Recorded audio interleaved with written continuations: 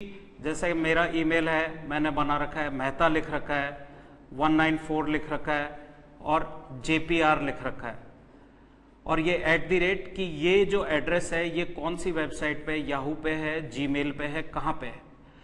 तो आपको एक ईमेल एड्रेस अगर प्रश्न में आ जाता है तो आपको एज इट इज उसको लिखना है, अगर नहीं आता है तो एक फिक्टिशियस कुछ भी आपको बनाना पड़ेगा, जैसे 1 2 3 गवर्नमेंट सीनियर सेकेंडरी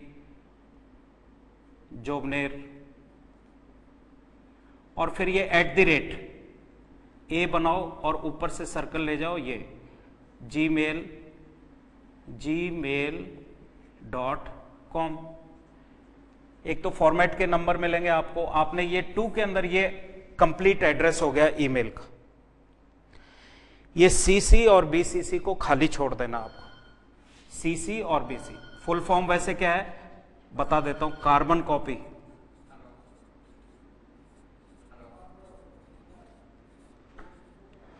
और BCC का फुल फॉर्म होता है ब्लाइंड कार्बन कॉपी।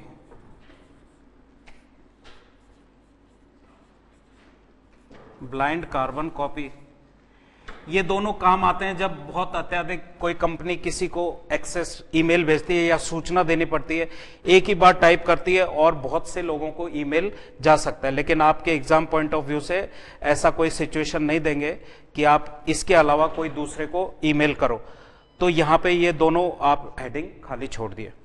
फिर ये हेडिंग के अंदर जैसे अपन ने फॉर्मल लेटर में देखा था सब्जेक्ट, वो सब्जेक्ट आ जाए, यहाँ पे जो भी कहना चाहते।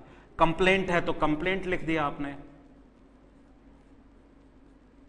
ताकि ईमेल जब बॉक्स खुलता है तो सबसे पहले क्या दिखता है आपको, केवल हेडिंग के नाम से दिखता है। फिर उस पर क्लिक करते हैं तो फिर ये पूरा पेज खुल जाता है कि मैटर क्या है। ठीक है, कंप्लेंट है या जो भी बात। फिर लास्ट के अंदर इसके नीचे एक होता है सेंड का बटन होता है, सेंड SEND। ये लेटर आपने लिख लिया, dear sir, same as it is, जैसे फॉर्मल लेटर है तो फॉर्मल के रूप में लिख दिया, इनफॉर्मल है तो इनफॉर्मल वे के अंदर आपने उसको डिस्क्राइब कर दिया। और फिर पूरा डिस्क्राइब करने के बाद अब इसमें कहीं पे डेट नहीं है, कहीं कोई टाइम नहीं है, बिकॉज ईमेल जब भेजते हैं ऑटोमेटिकली टाइम और डेट अपने आप जनरेट हो जाता है, पता लग जाता है कौन सी डेट को ईमेल आई है। और फिर आपने कंप्लीट करके और ये सेंड कर दिया, जैसे ही करते हैं वो सेंड हो जाता है। इसके बाद मैं अभी थोड़ी देर में आपके साथ एग्जाम्पल्स के साथ आपको लूंगा, तब तक एक छोटा सा ब्रेक लेते हैं और अभी हाजिर।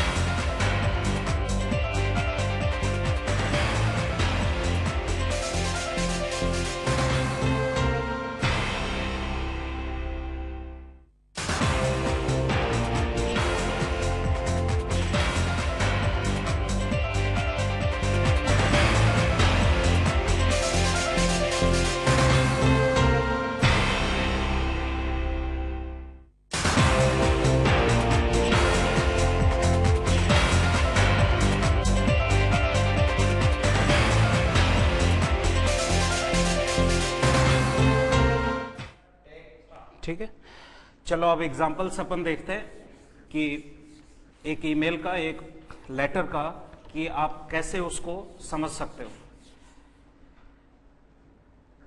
मैं ये दिखाता हूं आपको example of formal letter. Screen पे आपको दिख रहा है, ये जो भी लेटर है, एड्रेस ऑफ द राइटर, ये एरो दे रखा है, और ये जो दे रखा है 34C रिंग रोड सूरत, ये जो भी लेटर लिख रहा है उसका एड्रेस हो गया। नेक्स्ट, ये डेट आ गई आपकी 13 नवंबर 2013। नेक्स्ट एड्रेस आता है receiver's designation name of newspaper, जो ये यानी कि एडिटर को लिखा है तो एडिटर पद नाम आ गया और उसका नाम, एडिटर इंडियन एक्सप्रेस, जहां पे भी है वो एड्रेस आ गया। तो 3 चीज ये हो गई, एक एड्रेस ये ऊपर, एक डेट आ गई, फिर एक एड्रेस आ गया, और ये शुरुआत सर ऊपर ले सकते, कोई दिक्कत नहीं, और ये रेफरेंस आ गया कि इस संदर्भ में मैं बात करना चाहता हूं, और जो भी बात उसने की ये पूरा लेटर इसने लिख दिया विथ रेफरेंस टू जो भी एक पैराग्राफ है, सेकंड पैराग्राफ है, जो भी है। फिर लास्ट के अंदर अभिवादन किया, योर्स ट्रूली, और नीचे अपना नाम लिख दिया, राधा मेहता। क्या है ये? क्लास 10th की डीपीएस तापी की स्टूडेंट है। तो ट्रूली हो सकता है, फेथफुली हो सकता है, फुल नेम रनिंग में हो सकता है, आपका पदनाम है, जो चीज। तो ये बेसिकली ये सारी चीज आनी चाहिए, एड्रेस है, डेट है, then again you have to write the address, फिर शुरुआती शब्द है, हेडिंग है, then the body of the letter, एक पैराग्राफ हो सकता है, 2 पैराग्राफ हो सकते हैं, जैसे भी, ठीक है। अब ये इनफॉर्मल लेटर का एक एग्जांपल आपके सामने देखो, इनफॉर्मल लेटर का एग्जांपल,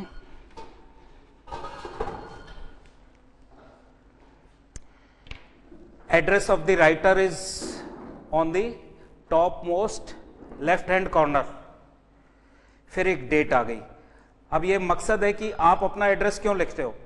आप अपना एड्रेस इसलिए रखते हो कि चाहे वो फॉर्मल है चाहे इनफॉर्मल है, कि पाने वाला आपको कांटेक्ट करना चाहता है तो आपसे संपर्क कर सकता है इस पते पे, ठीक है, जिसको भी आपने लेटर लिखा है, क्योंकि उसका एड्रेस तो आपको याद है, तो वो तो एनवलप के ऊपर आ जाता है, और आपका खुद का एड्रेस उस पेज पे रहता है, तो इजी रहता है कि मेरे को इसको ये जवाब देना है। फिर एक ये डेट आ गई, कोई हेडिंग नहीं है, शुरुआत कर दी, डियर रवीना।